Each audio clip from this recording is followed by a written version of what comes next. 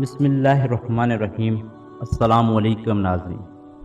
حضور صلی اللہ علیہ وآلہ وسلم کے غلاموں کو بھی اپنے آقا صلی اللہ علیہ وآلہ وسلم سے نسبت پر ناز ہوتا ہے، اور دنیا کی کوئی شر پسند قوت ان کا بال بیکا نہیں کر سکتی۔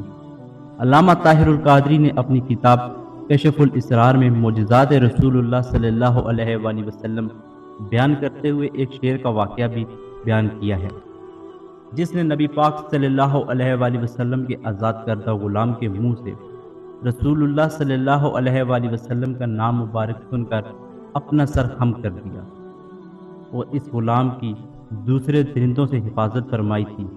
اس معجزے کا ذکر امام حاکم، طبرانی اور بخاری نے تاریخ کبیر میں روایت کیا ہے، جبکہ ابن راشد اور بہقی نے بھی یہی واقعہ صحت کے ساتھ بیان کیا ہے۔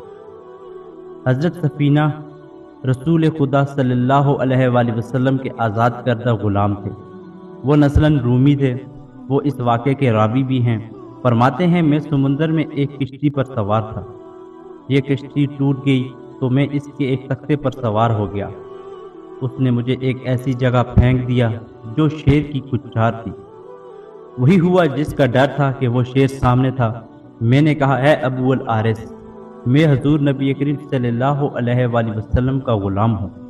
تو اس نے فوراً اپنا سر خم کر دیا اور اپنے کندھے سے مجھے اشارہ کیا، اور وہ اس وقت تک مجھے اشارہ اور رہنمائی کرتا رہا جب تک کہ اس نے مجھے صحیح راہ پر نہ ڈال دیا۔ پھر جب اس نے مجھے صحیح راہ پر ڈال دیا تو وہ دھیمی آواز میں غرایا، تو میں سمجھ گیا کہ وہ مجھے الوداع کہہ رہا ہے۔ دوسری حدیث میں یہ واقعہ یوں بیان ہوا ہے۔ حضرت ابن مقدر بیان کرتے ہیں کہ حضرت سفینہ، جو کہ حضور نبی کریم صلی اللہ علیہ وآلہ وسلم کے آزاد کردہ غلام تھے، ایک دفعہ روم کے علاقے میں لشکر اسلام سے بچھڑ گئے، یا وہ ارض روم میں قید کر دیے گئے۔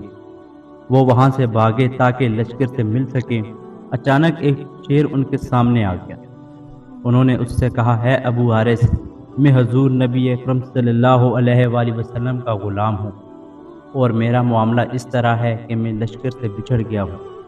یہ سننا تھا کہ شیر فوراً دم ہلاتا ہوا ان کی طرف آیا اور ان کے پہلو میں کھڑا ہو گیا۔ جب بھی وہ کسی درندے کی آواز سنتا تو وہ شیر فوراً حضرت سفینہ رضی اللہ تعالیٰ عنہ کے آگے آ جاتا۔ جب خطرہ ٹل جاتا پھر واپس آ جاتا اور ان کے پہلو میں چلنا شروع کر دیتا۔ وہ اسی طرح ان کے ساتھ چلتا رہا یہاں تک کہ وہ لشکر میں پہنچ گئے۔ اس کے بعد شیر واپس لوٹ آیا۔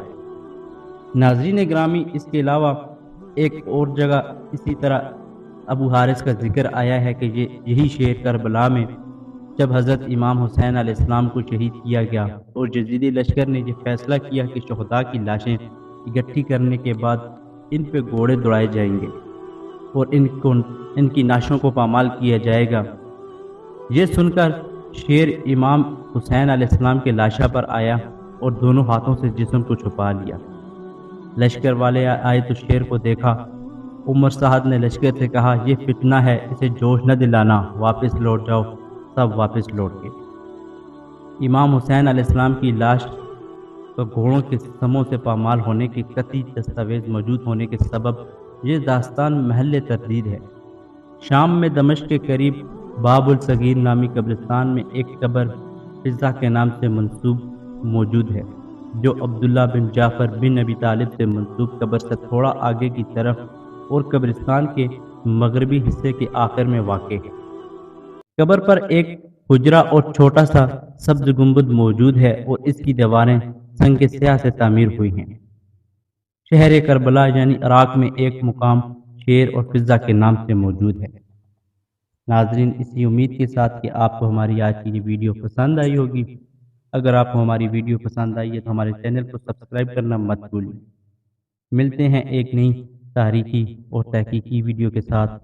خدا ہم سب کا حامی و ناصر ہو۔ مجھے دیجیے اجازت۔ خدا حافظ۔